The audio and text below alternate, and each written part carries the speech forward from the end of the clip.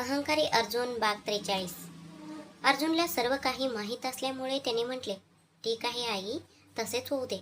सायली घराचे जेवण नको म्हणत असेल तर किमान बाहेरचे पदार्थ तरी विचार, मी आणून देतो. कारण तुला पिझ्झा बर्गर फ्रेंच फ्राईज बनवता येत नाही ना. म्हणूनच असे बोलून त्याने कारची चावी घेतली आणि ऑफिसला जाण्याऐवजी तो घरी गेला. आदित्यने दाखवलेले रिपोर्ट त्याने सोबत घेतले आणि त्याच हॉस्पिटलमध्ये डॉक्टरला भेटायला गेला.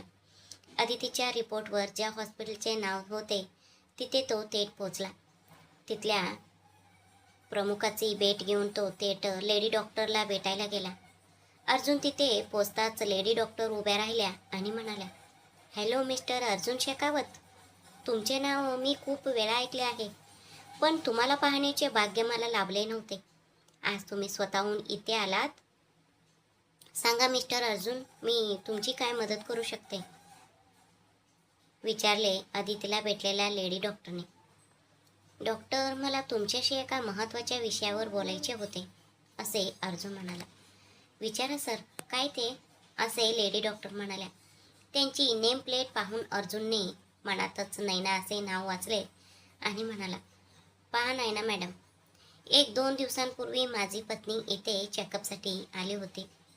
तिला बाळ होण्यासाठी काही अडचण आहे असे तुम्ही सांगितले आहे. ती अडचण किती लवकर बरी होऊ शकते हे तुम्ही मला सांगू शकाल का, अर्जुनने विचारले. मिस्टर अर्जुन, तुम्ही काय बोलत आहात? तुमची वाईफ माझ्याकडे चेकअप करून गेली आहे का, त्याने विचारले. कारण आलेला पेशंटमध्ये कोणीच अर्जुनचे नाव घेतले नव्हते, म्हणून त्यांनी तसे विचारले. होय डॉक्टर नैना, माझी पत्नी तुमच्याकडे चेकअप करून गेली आहे, पण मला माहीत आहे तिने माझे नाव वापरले नाही. तिचे नाव अदिती आहे, अदिती अर्जुन शेखावत, असे सांगून त्याने घरातून आणलेला रिपोर्ट काढून पाहिलेल्या डॉक्टरला त्या दिवशी अदितीने आल्याचे आठवले. सर, यांच्यावर मीच उपचार करत आहे, असे डॉक्टर नैना म्हणाल्या. मॅडम, अदितीला गरोदर राहण्यासाठी किती वेळ लागू शकतो, अर्जुनने विचारले. सर, ह्याला एंडोमेट्रियोसिस म्हणतात. गरोदर राहण्यासाठी गर्भाशयाचा पडदा थोडा कमजोर असतो, त्यामुळे गरोदरपणाचा प्रयत्न केला तरी बाळ पोटात टिकणे कठीण असते. म्हणूनच त्यांच्यावर उपचार करणे, गर्भाशयाचा पडदा थोडा मजबूत झाल्यानंतर बाळासाठी प्रयत्न करता येईल, असे त्यांनी सविस्तर सांगितले. डॉक्टर, मला जास्त माहीत नाही, IVF बद्दल काय सांगाल, त्याने विचारले. सर, ज्यांना बाळ होणे अजिबात शक्य नाही अशा लोकांना आम्ही हा उपाय सुचवतो, पण आजच्या काळात IVF करणे देखील सामान्य झाले आहे. पती पत्नी दोघांकडे वेळ नसतो, अशा वेळी आम्ही IVFद्वारे उपचार करतो. पती दुसरीकडे कुठेतरी कामाला जातो आणि पती पत्नी एकत्र राहू शकत नाहीत असे सांगणारे लोक हा प्रयत्न करतात सर. पण अदितीची केस थोडी वेगळी आहे. अदितीला बाळ होण्याचे चान्स खूप जास्त आहेत सर. मी दिलेली औषधे रोज घेऊन वॉकिंग, योगा करून शरीर फिट ठेवले आणि जेवणात डाएट फॉलो केले तर ती बरी होईल सर. लवकरच तुम्ही सुद्धा आई बाबा बनू शकता, असे त्याने सांगितले. डॉक्टर, माझ्या पत्नीला कोणते जेवण बंद करायचे आहे आणि कोणते जेवण द्यायचे आहे ह्याची एक लिस्ट करून द्या, असे अर्जुनने विचारले. हळूच हसून डॉक्टर म्हणाला, अदिती खूप नशीबवान आहे सर की तिला तुमच्यासारखं पती मिळाला आहे. अर्जुन काहीच बोलला नाही. डॉक्टरने अदितीला काय खायचे आहे आणि काय खायचे नाही ह्याची लिस्ट करून अर्जुनच्या हातात दिली. अर्जुनने ती घेतली आणि थँक्यू डॉक्टर असे म्हणून तो तिथून निघाला. कारमध्ये बसल्यावर आता त्याचे मन थोडे हलके झाले होते. अदितीला बाळ होणारच नाही असे असते तरी त्याला काही अडचण नव्हती, पण त्याची आई स्वतःच्या मोठ्या भावाचा मुलीलाच वांज म्हटलेले शब्द त्याच्या मनाला लागले होते. आपल्या आईचे तोंड बंद करण्यासाठी तरी अदितीने आई बनलेच पाहिजे, असा निर्णय त्याने मनाशी घेतला होता. डॉक्टरच्या बोलण्याने अर्जुनचे मन हलके झाले होते. आता मी अदितीचा रिपोर्ट घेऊन ऑफिसला गेलो तर तिला संशय येईल, म्हणून मी आधी घरी जाऊन रिपोर्ट ठेवतो आणि नंतर ऑफिसला जातो, असा विचार करून तो घरी गेला. रिपोर्ट आधी जसा होता तसाच ठेवून तो ऑफिसला गेला. आई, तू जे सांगितले ते खरे आहे का गो? अदिती वहिनीला खरंच कधी बाळ होणार नाही का? सायलीने आश्चर्याने विचारले. हो ग सायली, मी जे सांगितले अगदी ते खरे आहे. तिची सावली सुद्धा तुझ्यावर पडायला नको सायली, असे शकुंतला म्हणाले. आज आपल्याला हे सुखी जीवन मिळण्यामागे तेच कारण आहेत हे सायली कुठेतरी विसरली आणि आपल्या आईचं बोलण्यात आली. ती म्हणाली, ठीक आहे आई, तू सांगतेस तसेच होईल. इथून पुढे मी अदितीच्या हाताने काहीही खाणार नाही. शहाणी माझी मुलगी. तसेच ही गोष्ट तुझ्या दादाला कळणार नाही ह्याची काळजी घे. तुला बाळ होईपर्यंत तिला त्या घरात जागा आहे. त्यानंतर ज्या दिवशी तू तिथे येशील त्याच दिवशी त्या अदितीला आपल्या घरातून गेट पास देऊया. तिच्या जागी एका चांगल्या निरोगी मुलीला आणून शास्त्रांनी संप्रदायानुसार लग्न लावून देऊया, असे त्याने सांगितले. सायलीच्या डोक्यावर देखील जणू काहीतरी जादू झाली होती. त्यामुळे ती देखील आपल्या आईचं बोलण्याला उलट न बोलता, विरोध न करता तयार झाली. ठीक आहे, आता तू चल, मी तुला ज्यूस करून आणून देतो, तो पी आणि थोडा वेळ चालून मग झोपून आराम कर. दुपारसाठी तुझ्या आवडीची बिर्याणी बनवते. तसेच विकासला पण यायला सांग, असे सांगून शकुंतला स्वयंपाकघरात निघून गेल्या. ऑफिसला आलेली अदिती पेंडिंग असलेले काम करत बसली होती. तिच्या असिस्टंटने येऊन मॅडम दूध असे म्हणून दिले. मी दूध आणायला सांगितले नव्हते ना? अदितीने विचारले. होय मॅडम, पण हे अर्जुन बॉसने पाठवले आहेत, असे ती म्हणाली. असे का? तिने आश्चर्याने विचारले. मॅडम, बॉस म्हणाले की तुम्ही आई होण्यासाठी प्रयत्न करत आहात, म्हणूनच इथून पुढे मॅडम तुम्ही जास्त वेळ काम करायचे नाही. 4 वाजता घरी जायचे आहे, असे ती म्हणाली. अदितीला आश्चर्य वाटले होते. अर्जुन कधीच असे बोलला नव्हता, पण आज का असं वागत आहे? त्यातही माझं असिस्टंट जवळ असे बोलून घेतले आहे, असा विचार करत तिने दिलेले दूध पिऊन घेतले आणि म्हटले, थँक्यू. तसेच तुझ्या बॉसने आणखी काही सांगितले आहे का? अजून काय सांगितले असेल हे जाणून घेण्याची तिला उत्सुकता होती. हो मॅडम, तुमचे दुपारचे जेवण आपल्या कॅन्टीनमधून नाही, इथे जवळच एक मेस आहे, तिथे एक आजी कोणत्याही सोडा किंवा टेस्टिंग पावडर न टाकता जेवण बनवतात. तिथूनच इथून पुढे तुमचे जेवण येईल. तसेच बॉसचे जेवण देखील तिथूनच येईल. इथून पुढे तुम्ही हेल्दी जेवणच घेतले पाहिजे, असे बॉस म्हणाले. ती म्हणाली. तिचे बोलणे ऐकून अदितीला अर्जुनवर खूप प्रेम आले. आता मी जाऊन त्यांचं कामात अडथळा करायला नको. दुपारी जेवताना एकत्र बसू तेव्हा विचारू, असं विचार करून तिने दिलेले दूध पूर्ण पिऊन घेतले. पिऊन थँक्स म्हणाले. पुन्हा आपल्या कामाकडे लक्ष देऊ लागले. अर्जुन मात्र आपल्या लाडक्या पत्नीला कॅमेरेद्वारे पाहत तिला डोळे भरून न्याहाळत होता. तिच्या असिस्टंटने दिलेले दूध पिऊन हसत हसत ती काम करत असल्याचे पाहून त्याला आनंद झाला होता. पण लगेचच त्याला आपल्या आईने अदितीला वांज म्हटलेले शब्द आठवले आणि त्याचा चेहरा, कान, डोळे रागाने लाल झाले. नाही आई, ह्या सर्वासाठी तुम्हाला योग्य ती शिक्षा मिळेलच, असा मनातच विचार करून तो शांत राहिला. दुपार झाल्यानंतर अदितीच्या असिस्टंटने येऊन तिला आठवण करून दिली आणि जेवण करायला सांगितले. अदितीसुद्धा एक शब्दात तयार झाली, कारण तिला आपल्या पतीशी बोलायचे होते ना, म्हणूनच. अर्जुनच्या केबिनमध्ये आलेली अदिती त्याच्या मांडीवर बसली. त्याच्या गळ्याभोवती हात टाकून म्हणाले, काय साहेब, आज पत्नीवर खूपच प्रेम उतू चालले आहे.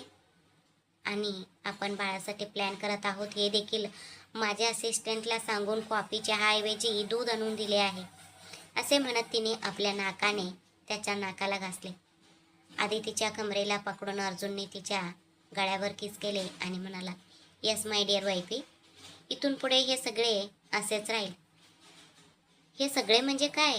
तिने विचारले. हे सगळे म्हणजे तू आई होण्यासाठी लागणारी सर्व तयारी आपण करूया अदिती. इथून पुढे तुझी डाएट लिस्ट मी स्वतः सांभाळणार. तू जास्त स्ट्रेस घेऊ नकोस. कॉफी चहा नको. फळे जास्त खा, चांगले पाणी पी आणि जास्त हिरव्या भाज्या खा. आरोग्यासोबतच तुझी गर्भाशय देखील मजबूत होते, असे तो म्हणाला. डोळे मोठे करून अदितीने विचारले, ही सर्व माहिती तुम्हाला कोणी दिली? आणि तिने स्वतःच अंदाज लावत विचारले, सासूबाईने सांगितले का? आईचा विषय आल्यावर अर्जुनचे मन कडू झाले. माझ्या पत्नीवर जी परिस्थिती आली आहे तीच परिस्थिती जर सायलीवर आली असती तर त्याने असेच वर्तन केले असते का? डॉक्टरकडे घेऊन जाऊन तिच्यावर उपचार केले असते ना. पण सुनेला असे झाले आहे म्हटल्यावर कोणत्या तोंडाने स्वतःच्या मोठ्या भावाच्या मुलीलाच माझी आई वांज म्हणाली, असा विचार करून त्याला वाईट वाटले. त्याने आदितीच्या चेहऱ्याकडे पाहिले आणि म्हणाला, मला सगळे काही माहीत आहे आदिती. आदितीला अर्जुन कोणत्या विषयावर बोलत आहे हे समजले नाही. सगळे माहीत आहे म्हणजे? काय माहीत आहे बॉस? तिने नेहमीप्रमाणे विचारले. चल आधी जेवण करूया, नंतर बोलूया, असे म्हणून त्याने तिला तिथेच टेबलवर बसवले आणि तिच्यासोबत स्वतः देखील हेल्दी जेवण केले. खरोखरच जेवण मात्र खूप छान होते अर्जुन, आदिती म्हणाली. हे घे फळं खा, असे म्हणून त्याने तिच्या हातात एक मोसंबी दिली. अहो अर्जुन, आत्ताच जेवण झाले आहे आणि पोट भरले आहे, आता लगेच फळ खाता येणार नाही. कॉफीच्या वेळी कॉफीऐवजी हे फळ खाईन, असे म्हटल्यावर अर्जुन देखील तयार झाला. आता सांगा अर्जुन, काय बोलायचे होते? आदितीने विचारले. आदितीचा हात पकडून अर्जुन म्हणाला, आपण दोघे काल सायलीला बघायला गेलो होतो तेव्हा आईने तुला सायलीशी जास्त बोलू दिले नाही आणि तेव्हा तू गोड भरवायला गेलीस तेव्हा मुद्दाम खाली पाडले. हे सगळे मला माहीत आहे आदिती. त्यामागचे कारण तू अजून गरोदर राहिलेली नाहीस हेच आहे ना? जेव्हा अर्जुन असे म्हणाला तेव्हा आदितीला काय उत्तर द्यावे हे समजले नाही. तरीही ते दाखवून न देता ती म्हणाली, अर्जुन, सासूबाई असे का करतील? हे सगळे फक्त चुकून झाले आहे. आदितीचा चेहरा आपल्या हातात धरून तो म्हणाला, तू माझ्या आईला वाचवण्याचा प्रयत्न करत आहेस आदिती, पण त्यांना तुझ्या बाळाला केळवण्याचे भाग्य नाही, एवढेच. अर्जुन, तुमच्या बोलण्याचा अर्थ काय? तिने विचारले. खूप सोपे आहे आदिती. सायली जेव्हा आपल्या घरी बाळंतपणासाठी येईल तेव्हा आपण दोघे दुसऱ्या घरी जाऊया. तोपर्यंत तू गरोदर असशील किंवा नसशील काही फरक पडत नाही. त्या ज्या ठिकाणी राहतील तिथे आपण राहायचे नाही, एवढेच. त्याने अगदी स्पष्ट शब्दात सांगितले. त्याचा आवाज अगदी ठाम होता. अरे देवा, माझ्यामुळे आई आणि मुलामध्ये मतभेद निर्माण होत आहेत, असं विचार करून तिने अर्जुनचा हात पकडला आणि म्हणाली, अर्जुन, तुम्ही काय बोलत आहात हे तुम्हाला तरी समजत आहे का? माझ्यामुळे तुम्ही सासूबाईंशी असे वागणे अजिबात योग्य नाही अर्जुन. तिला भीती वाटत होती की माझ्यामुळे हे आनंदी घर तर खराब होणार नाही ना. आदितीकडे पाहत अर्जुन म्हणाला, मग तू घर सोडून जाणार का आदिती? मला सोडून तू दूर जाणार का? त्याने विचारले. आदितीची जीभ जणू जागच्या जागी किळली होती. अर्जुनला सोडून मी कशी राहू शकेन असे तिला वाटले. तिच्या डोळ्यात पाणी आले आणि ती अर्जुनकडेच पाहू लागली. पहा आदिती, तुझी जी आत्ताची परिस्थिती आहे तीच जर सायलीवर आली असती तर त्याने तिला असे सोडून दिले असते का? तिला डॉक्टरकडे घेऊन जाऊन पूर्ण चेकअप करून बाळ होण्यासाठी लागणारे सर्व औषधे दिली असती ना. पण तुझ्या बाबतीत त्यांनी काय केले सांग? माझ्याकडे त्यांनी काही विचारले नाही की सांगितले नाही. सायली गरोदर असतानाचा तो आनंद त्यांच्याकडे असू दे, पण तुला डावलणे योग्य आहे का? ते सगळे तू सहन करू शकतेस आदिती, पण मी नाही. काट्यानेच काटा काढला पाहिजे, म्हणूनच त्यांनी जे केले ते त्यांनाच भोगावे लागेल.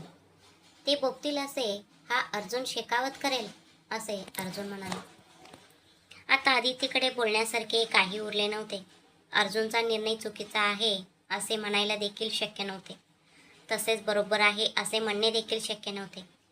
काळाचा महिमा आघात आहे असं विचार करून ती शांत राहिली. अर्जुन, मी माझ्या केबिनमध्ये जाते, असे म्हणून ती निघून गेली. अर्जुनने देखील तिला जाऊ दिले आणि तो आपले काम करू लागला. संध्याकाळचे 4 वाजायला आले तसे अर्जुनने आपल्या पत्नीला लँडलाईनवरून फोन केला आणि आपल्या केबिनमध्ये यायला सांगितले. आदितीने सर्व काम संपवले आणि आपल्या असिस्टंटला सांगून आपली बॅग घेतली आणि ती अर्जुनच्या कॅबिनमध्ये आली. काय सर, फोन करून सामान आवरून बॅग घेऊन ये असे सांगितले. काय बातमी आहे? आदितीने विचारले. अर्जुन उभा राहिला. तो अदितीच्या मागे आला. ती ज्या खुर्चीवर बसली होती तिथे त्याने आपले हात ठेवले. खाली वाकून तिच्या गालावर किस केले आणि म्हणाला, आजपासून तुझ्यासाठी घरी योगा ट्रेनर ठेवला आहे, तुला मदत करण्यासाठी. सो इथून पुढे तू ह्याच वेळेला घरी जाऊन फ्रेश होऊन त्यांनी सांगितल्याप्रमाणे योगा करायचा.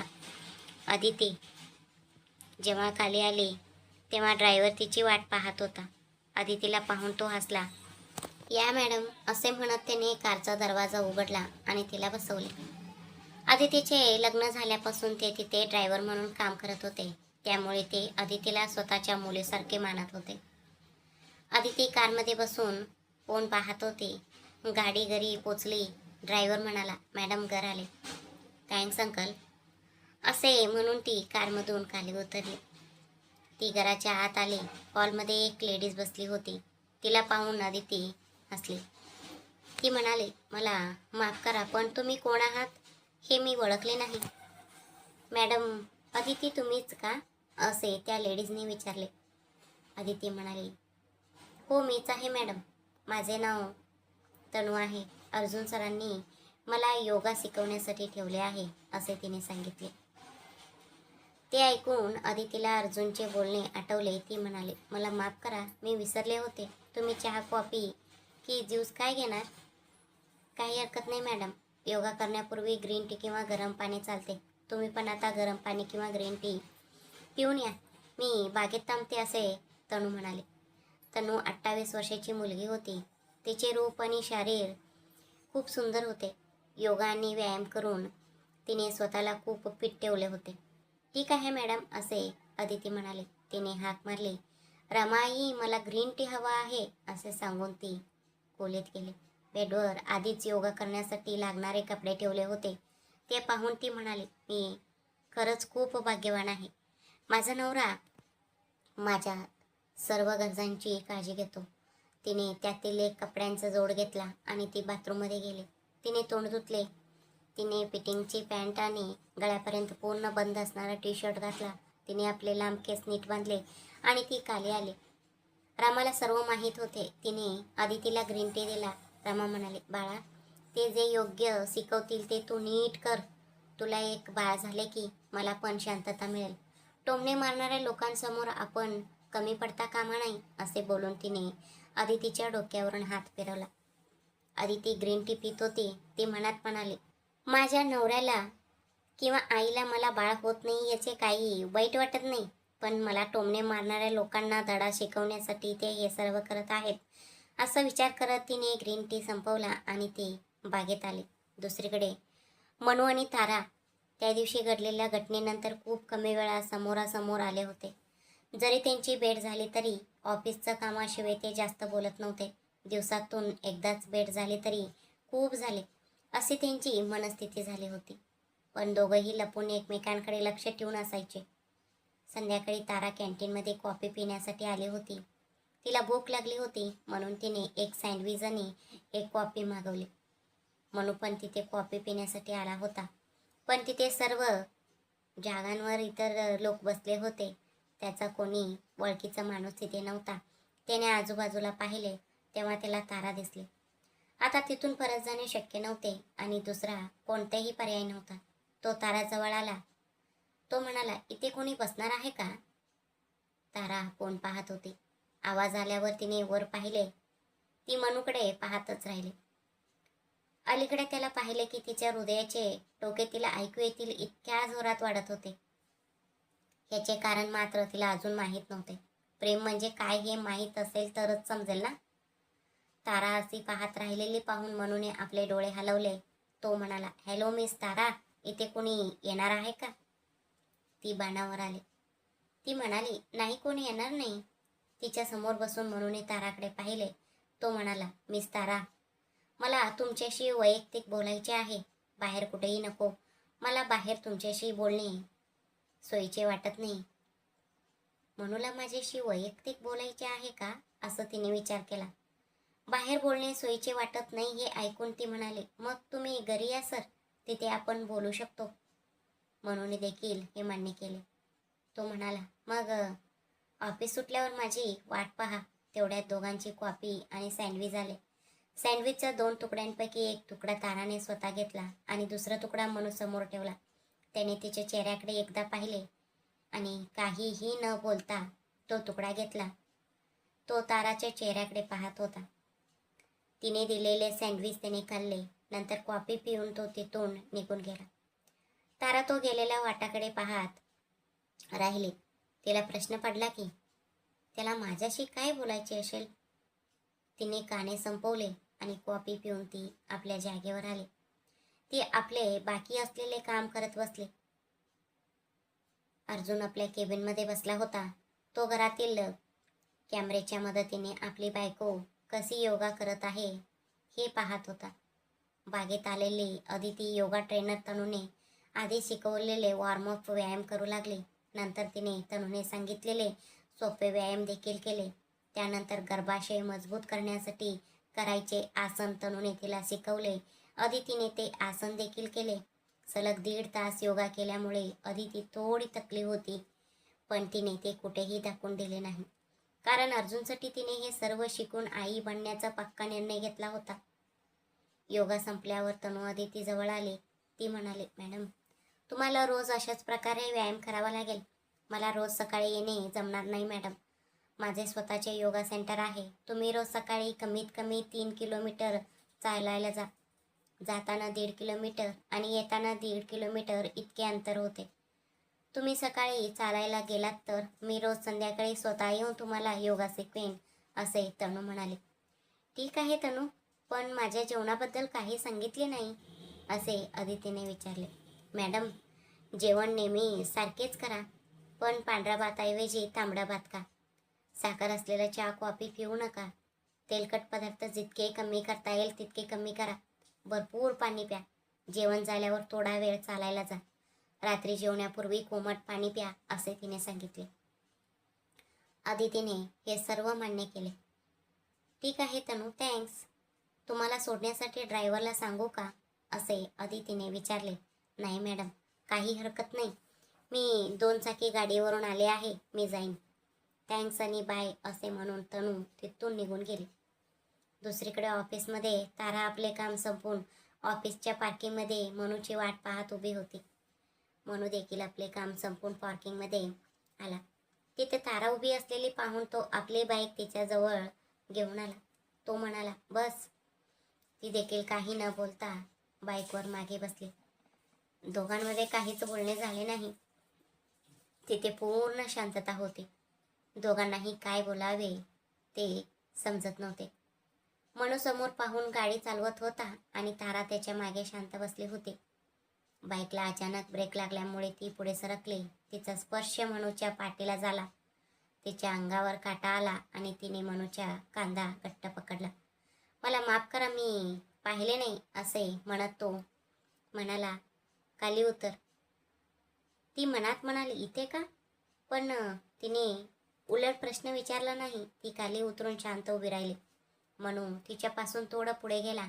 त्याने तिथे रस्त्याच्या कडेला मिळणारे एग फ्राईड राईस आणि गोबी मंचुरियन विकत घेतले. ते ताराच्या हातात देत तो म्हणाला, घरी गेल्यावर तुला स्वयंपाक करायला त्रास होईल म्हणून मी हे घेतले. मनू सर, मी गेल्यानंतर मी स्वतः स्वयंपाक केला असता. तुम्हाला विनाकारण त्रास झाला असते, तारा हळूच म्हणाले. काही हरकत नाही तारा, मला बोलायचे आहे ना, त्यामुळे माझ्यामुळे तुम्हाला त्रास नको, असे म्हणून त्याने तिच्या हातात जेवणाचे पार्सल दिले.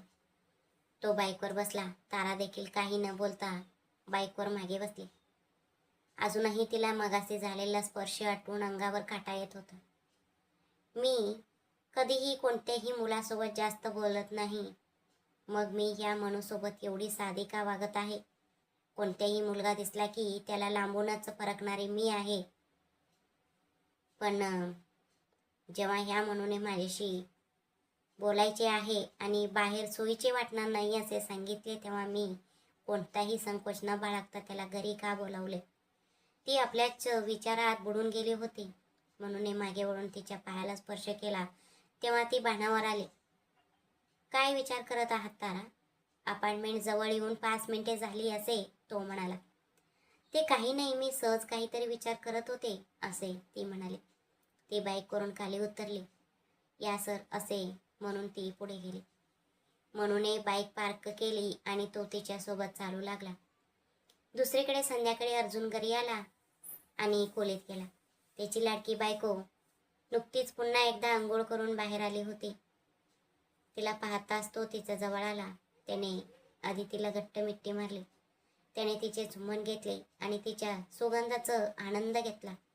तुझा सुगंध खूप छान आहे असे तो तिच्या गळ्यावर अलगद ओठ टेकवत म्हणाला. अहो अर्जुन, तुम्ही आताच ऑफिसमधून आले आहात. हे तुमचे काय चाळे आहेत? आधी जाऊन हात पाय धुवून या. ह्या उकाड्यात किती वेळा आंघोळ केली तरी खूप घाम येतो असे ती म्हणाले. तिच्यापासून 2 पावले मागे सरकून अर्जुनने आदितीचा चेहरा आपल्या हातात घेतला. आज तू योगा केलास ना? तुला कसे वाटले अदिती? असे त्याने विचारले. अदिती मंद हसली. खरे सांगायचे तर आपण रोज अशी सवय ठेवायला हवी अर्जुन. घरच्या कामात होणारा व्यायाम वेगळा आणि मनापासून व्यायाम करताना मिळणारा आराम वेगळा असतो. आज शरीर आणि मन दोन्ही खूप हलके वाटत आहे असे ती म्हणाली. बर, मग मी रात्री पण तुझ्यासोबत मिळून योगा करू शकतो ना? असे त्याने तिच्या कानाजवळ येऊन हळूच विचारले. आदिती लाजली. ती म्हणाली, तुम्ही लवकर हात पाय धुवून या, मी कॉफी बनवते असे बोलून ती तिथून निघून गेली. ती गेल्यानंतर अर्जुन विचार करू लागला. माझ्या बायकोला बाळ झाले नाही ह्याचे दुःख आहे. तिचे लक्ष ह्या दुःखापासून लांब ठेवले पाहिजे, नाहीतर रोज योगा करताना तिला तीच गोष्ट आठवत राहील. असं विचार करत तो फ्रेश होऊन खाली आला. अदितीने अर्जुनला कॉफी दिली.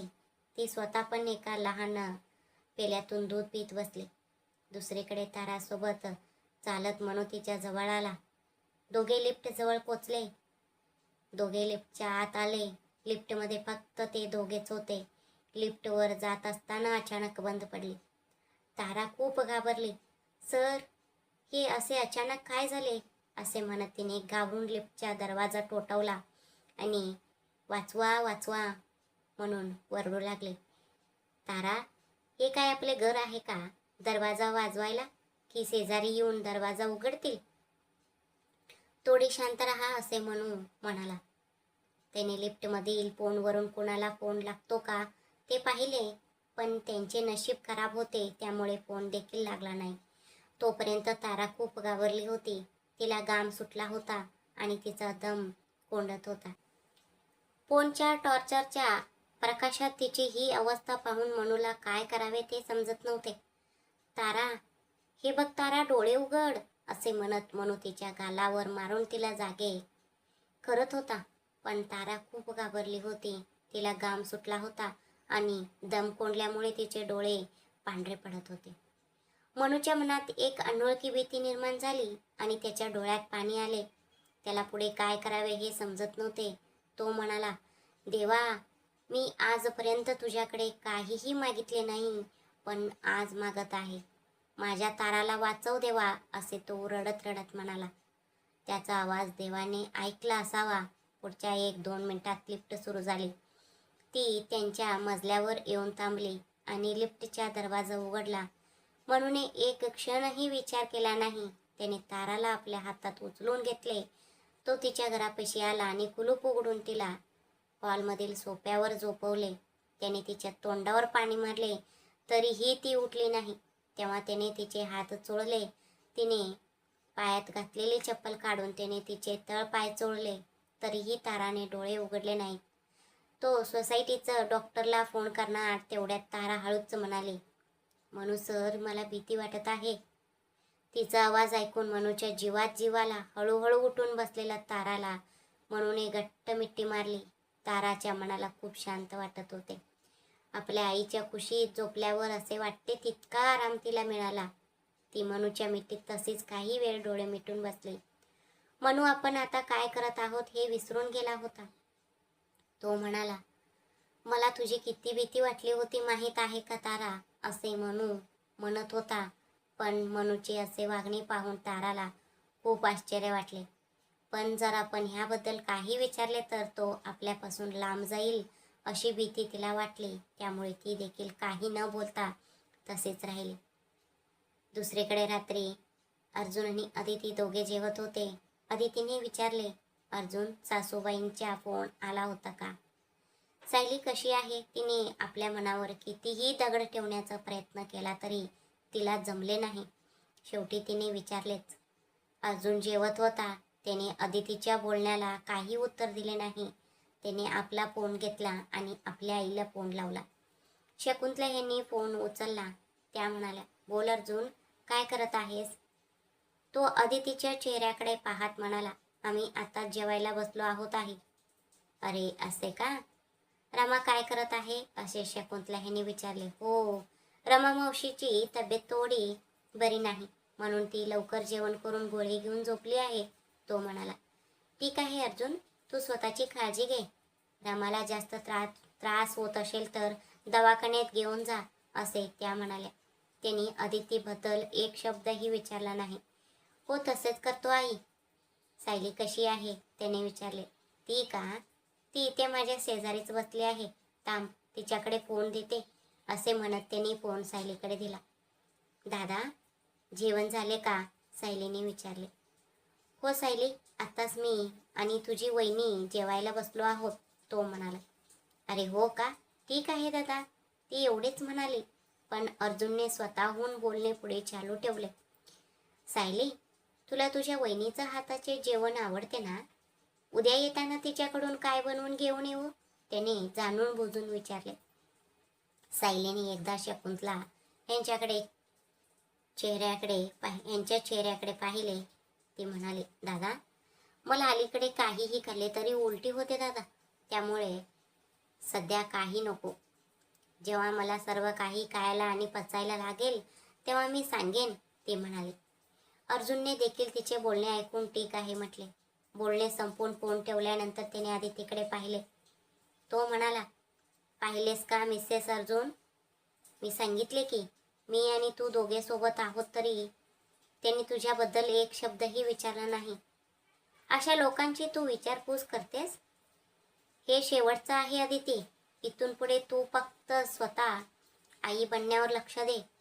ते सोडून बाकीच्यांची काळजी करत बसलीस तर मी 2 देईन.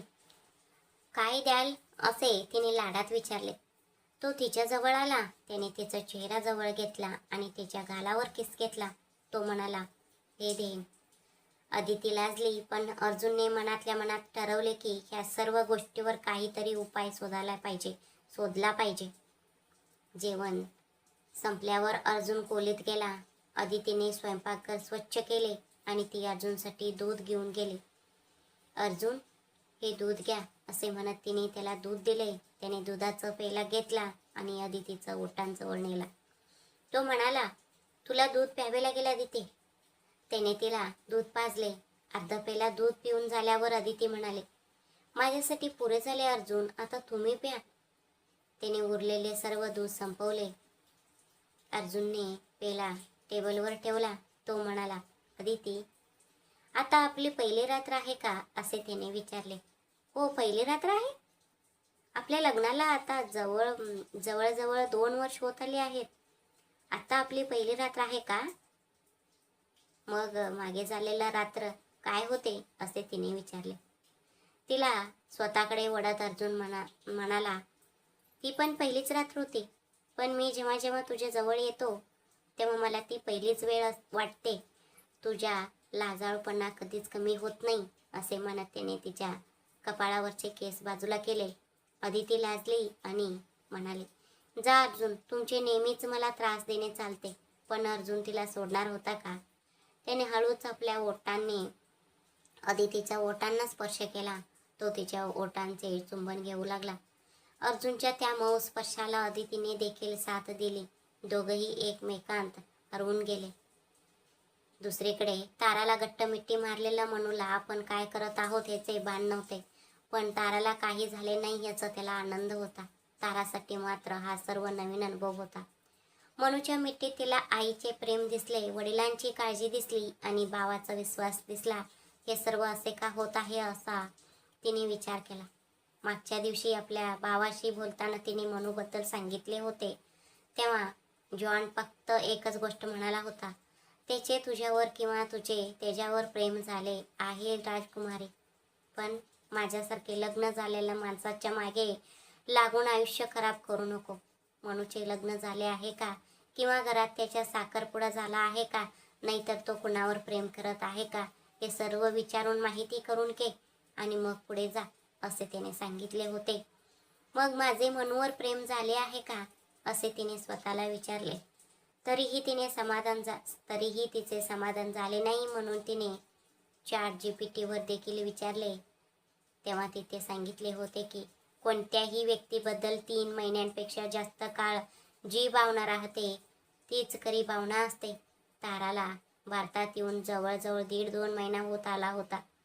मग मनूवर माझे नक्की प्रेम आहे की नाही हे जाणून घेण्यासाठी मला अजून 1.5 महिना वाट पाहावी लागेल का, असा तिने स्वतःशीच विचार केला. ती म्हणाली, ते देखील होऊन जाऊ दे. आता मनू बाणावर आला. आपण काय करत आहोत हे समजून तो लगेच तारापासून मागे सरकला. मला माफ करा तारा, असे म्हणून तो उठून जाऊ लागला. तेव्हा ताराने धाडस केले आणि मनूचा हात घट्ट पकडला. ती म्हणाली, सर तुम्ही कुणावर प्रेम करता का? मनूला देखील ताराने असे विचारलेले आवडले, कारण त्याला अलीकडे बदललेली तारा आवडत होती. पण तिच्या भावाची एक मोठी कंपनी आहे हे त्याला माहीत होते. त्याच्या श्रीमंतीत आणि आपल्या श्रीमंतीत खूप फरक होता. त्यामुळे त्याने ताराला अप्रत्यक्षपणे माझ्यावर प्रेम करू नको असे सांगायचे ठरवले होते. बाहेर दोघांनी भेटून आपल्या भावना दाखवणे त्याला आवडले नसते. तसेच आपले बोलणे सांगून झाल्यावर ताराचा चेहरा पाहण्याची त्याची इच्छा नव्हती. म्हणूनच घरातच बोलूया असे जेव्हा तारा म्हणाली तेव्हा त्याने ते मान्य केले होते. ताराचे बोलणे ऐकून मनू तिच्या शेजारीच बसला. तिचा हात हातात घेऊन तो म्हणाला, हे बघ तारा, मी कुणावर प्रेम करतो की नाही याच्याशी तुला काही देणे घेणे नसावे, कारण तू माझ्या घरासाठी योग्य नाहीस. आपण हिंदू आहोत. माझी आई नियम आणि परंपरा मानणारी आहे. माझे तर तुझ्यावर प्रेम नाही. समजा तुझ्या मनात असे काही असेल तर ते ह्याच क्षणी मनातून काढून टाक. मला हे सर्व आवडत नाही. तसेच तुम्ही खूप श्रीमंत आहात. तुला आमच्या घरात जुळून घेणे जमणार नाही, असे तो म्हणाला. ताराच्या मनाला कोणीतरी सुई टोचल्यासारखे वाटले. तरीही तिने ते दाखवले नाही. तिने चेहऱ्यावर एक खोटे हसू आणले. ती म्हणाली, तसे नाही सर, मला असं त्रास झाल्यावर तुम्ही माझी एवढी काळजी घेतली, मग तुम्ही तुमच्या आवडत्या मुलीची किती काळजी घ्याल, म्हणूनच मी सहज विचारले होते. पण तिने तिचे मनूवर प्रेम असू शकते असे सांगितले नाही. बरं, काही हरकत नाही तारा. त्या दिवशी तुझ्या घरी असताना मी घसरून तुझ्यावर पडलो होतो. तू त्यालाच प्रेम समजून बसशील म्हणून मी तुला हे सांगितले. तसेच माझी आई माझ्यासाठी जी मुलगी बघेल मी तिच्याशीच लग्न करणार, असे तो म्हणाला. तो स्वतः उठून गेला आणि दोघांसाठी ताटात जेवण घेऊन आला. त्याने ताराला एक ताट दिले. ताराने ते ताट घेतले आणि नको असताना देखील जेवण संपवले. म्हणून मनात विचार केला की मी तिला माझ्यावर प्रेम करू नको असे सांगितले. मी खूप चांगले काम केले. त्याने जेवण झाल्यावर ताट बाजूला ठेवले. तो म्हणाला, थँक्स तारा, मला समजून घेतल्याबद्दल. इथून पुढे ऑफिसमध्ये माझ्याशी नेहमीसारखेच बोलत जा, असे म्हणून तो तिथून निघाला. पण त्याचे मन खूप जड झाले होते हे फक्त त्यालाच माहीत होते. दुसऱ्या दिवशी सकाळी अदितीला लवकर जाग आली. अर्जुनने तिला पाठीमागून घट्ट मिठी मारली होती. अदिती अर्जुनकडे वळली. तिने त्याच्या कपाळावरचे केस बाजूला केले आणि त्याच्या कपाळावर किस घेतला आणि ती त्याच्या मिसेशी खेळू लागली. तिच्या ह्या चाळ्यांमुळे अर्जुन जागा झाला. तो म्हणाला, आता मार खाशील लाडो, गप्प झोप. ती म्हणाली, माझी झोप झाली आहे अर्जुन. आता योगा शिकवण्यासाठी तनू येईल. मला तुमचे मिठीतून थोडे बाजूला केले तर मी उठेन आणि फ्रेश होऊन तयार होईन. ती येण्यापूर्वी मी ग्रीन टी पिन, असे ती म्हणाली. अर्जुनने हळूच डोळे उघडले. त्याला अदितीला त्रास द्यायचा होता, पण योगाचे नाव ऐकून त्याने तिच्या गालावर डीप किस घेतली आणि तिला सोडले. अदितीने रात्री अर्जुनचा शर्ट घातला होता, त्यामुळे ती लाजली आणि घाईघाईने बाथरूममध्ये पळाली. तिने तोंड धुवून ती फ्रेश झाली. तिने योगाचे कपडे घातले आणि आपले केस नीट बांधले. ती खाली आली तोपर्यंत रमाने अदितीसाठी ग्रीन टी तयार केला होता. आपल्या मुलीने लवकरात लवकर आई व्हावी अशी तिची पण इच्छा होती. अदितीच्या ग्रीन टी संपत आला तोपर्यंत तनू देखील तिथे आली. दोघी बागेत गेल्या. तनू योगा शिकवत होती आणि अदिती मनापासून तो करत होती. अर्जुन आपल्या खोलीच्या गॅलरीतून हे पाहत होता. तो आपल्या बायकोकडे पाहतच राहिला, कारण ती कधीही बाहेर असे कपडे घालत नव्हती, पण आता योगा करण्यासाठी असे कपडे घालणे गरजेचे होते. त्यामुळे तो तिच्याकडे पाहत राहिला होता.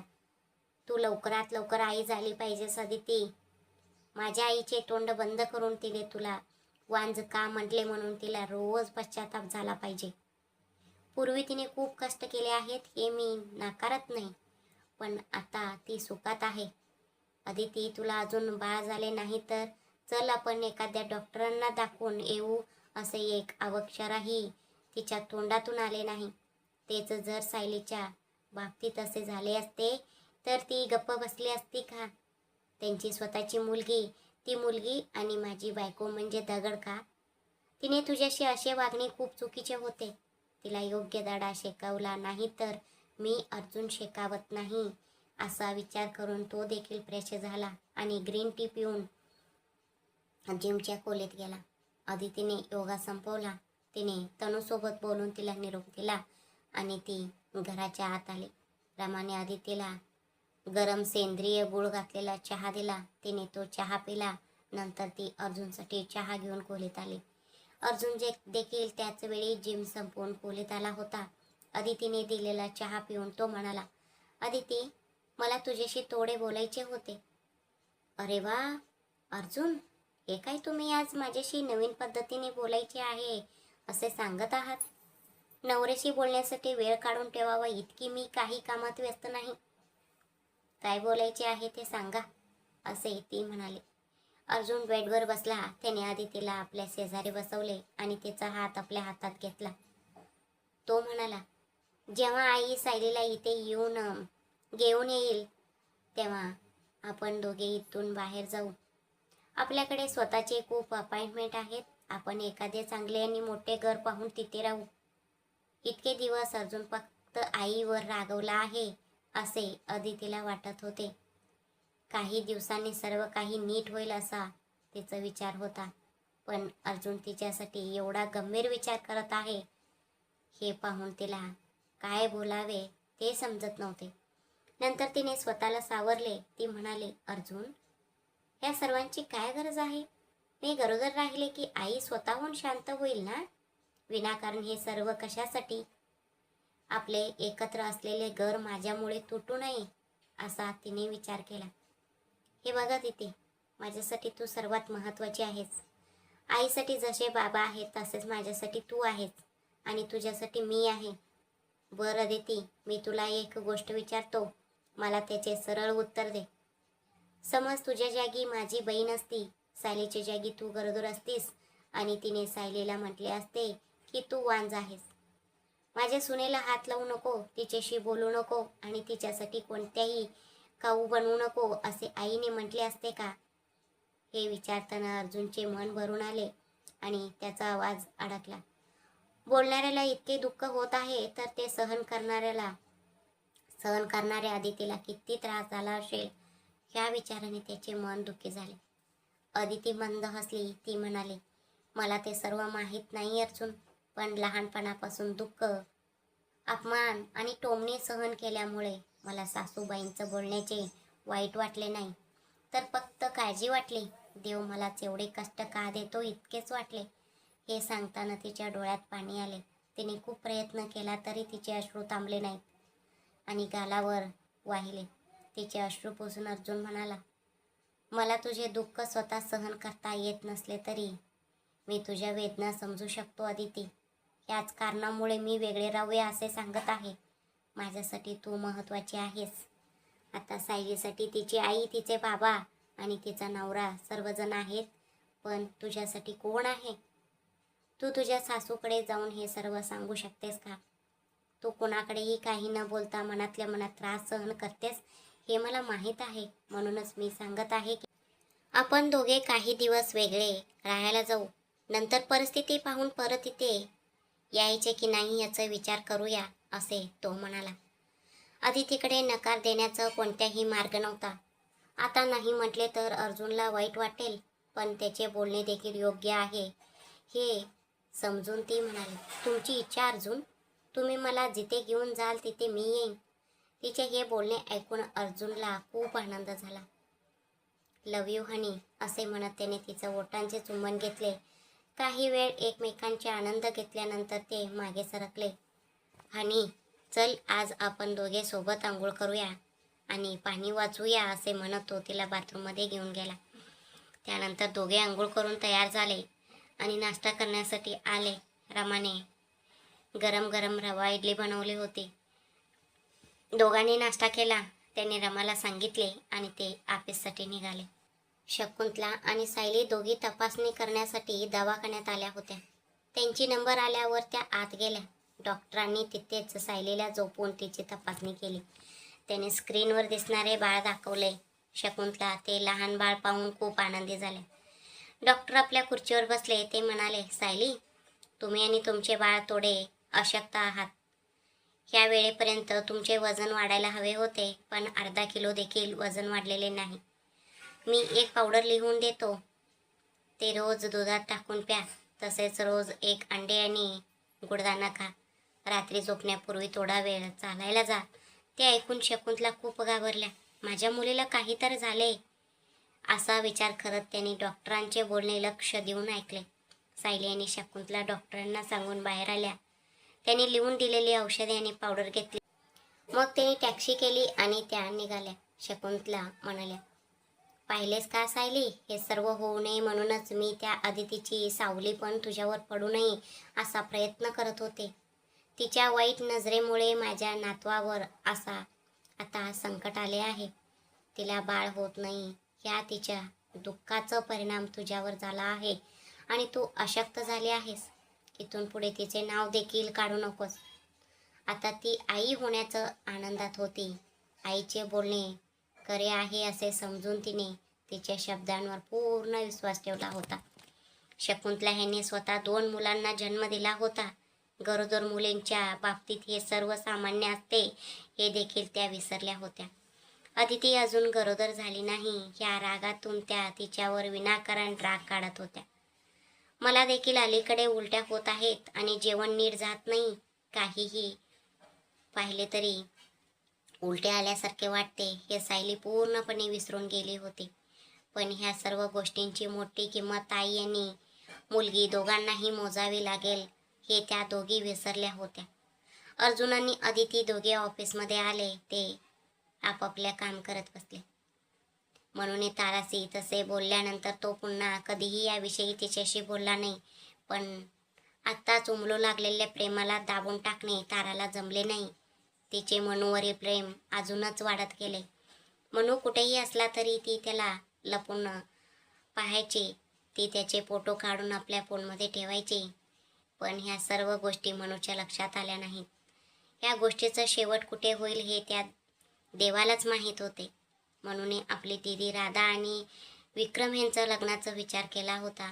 त्याने अर्जुनच्या ऑफिसमध्ये कर्जासाठी विचारले होते, पण त्यांनी त्याची नोकरी पाहून फक्त 5 लाख रुपये देऊ असे सांगितले होते.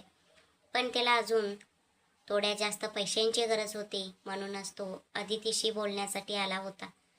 अदिती आपल्या केबिनमध्ये बसून हिशोब तपासत होती. तिथे आलेल्या मनूला पाहून ती थोडी हसली. ती म्हणाली, आत्या मनू बसा.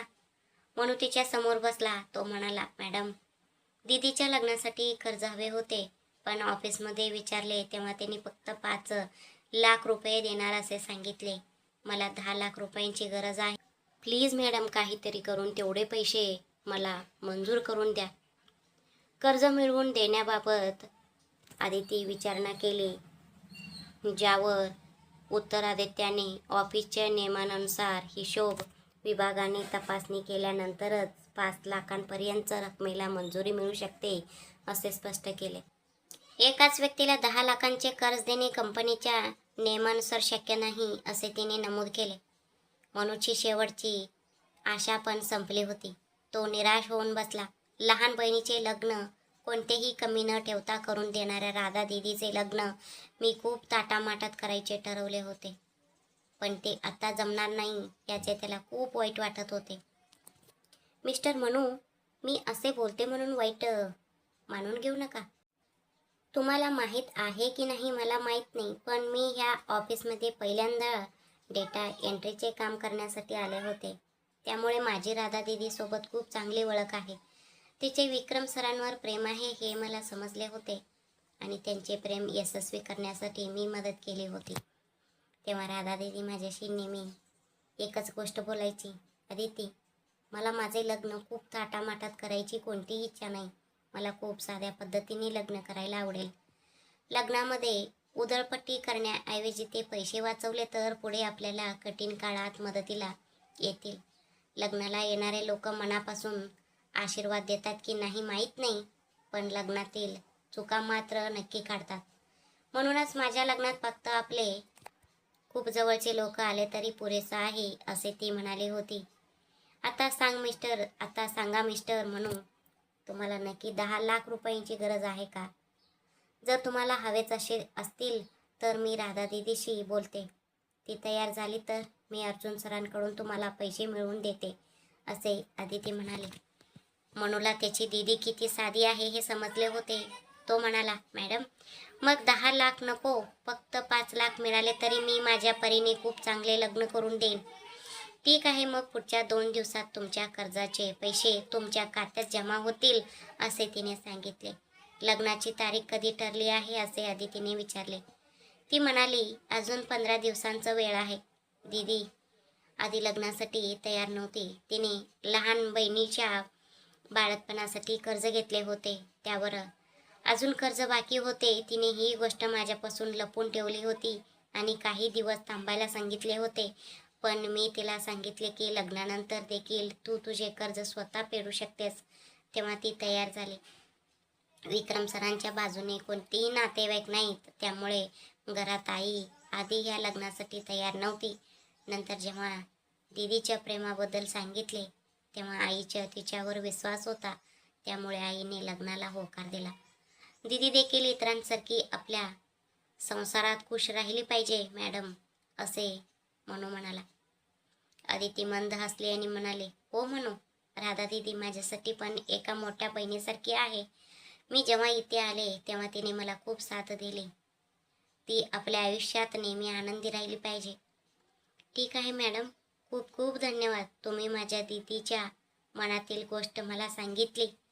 मी जास्त खर्च करणार होतो, पण ती मला करू देत नव्हती. आता मिळणाऱ्या पैशात मी एखाद्या मंदिरात साध्या पद्धतीने तिचे लग्न करून देईन.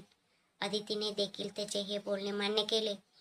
दुसरीकडे घरी आलेल्या शकुंतला आणि सायली दोघी खूप थकल्या होत्या. सायली सोफ्यावर तसेच झोपली. शकुंतला स्वयंपाक करत गेल्या आणि त्याने सायलीला पिण्यासाठी पाणी दिले. त्याने एक फळ कापून सायलीला दिले. त्या म्हणाल्या, सायली, तू हे खात राहा, मी लवकर स्वयंपाक करते, असे म्हणून त्या स्वयंपाक करत गेल्या. त्यांना देखील खूप थकवा जाणवत होता, पण त्यांनी ते मुलीसमोर दाखवले नाही आणि त्या स्वयंपाक करू लागल्या. सायलीने पाणी पिऊन फळ खाल्ले. ती फोन पाहत आपल्या खोलीत जाऊन बसले. स्वयंपाक करत असलेल्या शकुंतला यांना अचानक खूप वाईट वाटू लागले. दुपारची वेळ असल्यामुळे त्यांनी अर्जुनला फोन लावला. अर्जुन ऑफिसचे काम करत होता. आईचा फोन येत आहे पाहून त्याने फोन उचलला आणि म्हणाला, बोला आई, काय झाले? काय सांगू अर्जुन, तू तर अलीकडे खूप बदलला आहेस, असे त्या म्हणाल्या. आई, तू अचानक फोन करून मी खूप बदललो आहे असे का म्हणत आहेस? तुला नक्की काय सांगायचे आहे ते नीट सांग, अर्जुन म्हणाला. अरे अर्जुन, मला इथे येऊन इतके दिवस झाले. सायलीची तपासणी कधी आहे किंवा तिच्यासाठी गाडी पाठवायची आहे का असे तू काहीच विचारत नाहीस. तू आणि तुझी बायको दोघे मजेत आहात ना, असे शकुंतला म्हणाल्या. आई, तू काहीही काय बोलत आहेस? सायलीची काळजी घेण्यासाठीच मी तुला तिथे पाठवले आहे आणि बाबांना पण तिथे बोलावून घेतले आहे. मी ऑफिसचं कामात व्यस्त असतो. त्या दिवशी मी नाश्ता आणला तेव्हा तूच म्हणाली होतीस की यापुढे आणू नकोस, म्हणून मी आणला नाही. मी सायलीला देखील सांगितले होते की तुला काही हवे असेल तर सांग, मी ऑनलाईन मागवून देईन. मग आता अचानक असे बोलण्याचे काय कारण आहे? तो म्हणाला, काही नाही रे, माझा मुलगा आपल्या बहिणीवर खूप प्रेम करतो असे मला वाटले होते. पण तू देखील लग्न झाल्यावर, बायको आल्यावर बदललास ना. म्हणूनच मोठे लोक म्हणतात की भाऊ आपला असला तरी वहिनी परकी असते, असे शकुंतला म्हणाल्या. अर्जुनला खूप राग आला. त्याने डोके काजवले आणि म्हणाला, आई तू सरळ मुद्द्यावर ये. आता तुला माझ्याकडून नक्की काय हवे आहे ते सांग. आपण श्रीमंत आहोत, आपल्याकडे गाड्या देखील आहेत. तरी दवाखान्यात जाण्यासाठी मी आणि माझी मुलगी टॅक्सी करून जाणार का अर्जुन? तसेच तू फोन करून सायलीबद्दल साधी विचारपूस देखील करत नाहीस, असे त्या म्हणाल्या. अर्जुनला खूप राग येत होता. त्याने डोळे मिटून आपला राग शांत केला. तो म्हणाला, ठीक आहे आई, माझी चूक झाली असेल तर मला माफ कर. पुढच्या महिन्यात कधी तपासणी आहे ते सांग, मी गाडी पाठवून देईन. त्याने पुढचे बोलणे न ऐकता फोन ठेवून दिला. विकास संध्याकाळी ऑफिसमधून घरी आला. तो सायलीजवळ बसला. त्याने विचारले, डॉक्टरांनी भेटण्यासाठी वेळ दिली आहे सायली, असे त्याने विचारले. विकास, मी आणि आई आज दोघी दवाखान्यात गेलो होतो, ती म्हणाले. काय आज? मला काय एका शब्दाने सांगितलं नाही सायली. मी तुला सांगितले होते ना, मी स्वतःसोबत येईन, मला पण बाळाला पाहायचे होते. पण तू मला एक शब्दही न सांगता दवाखान्यात गेलीस का, असे त्याने विचारले.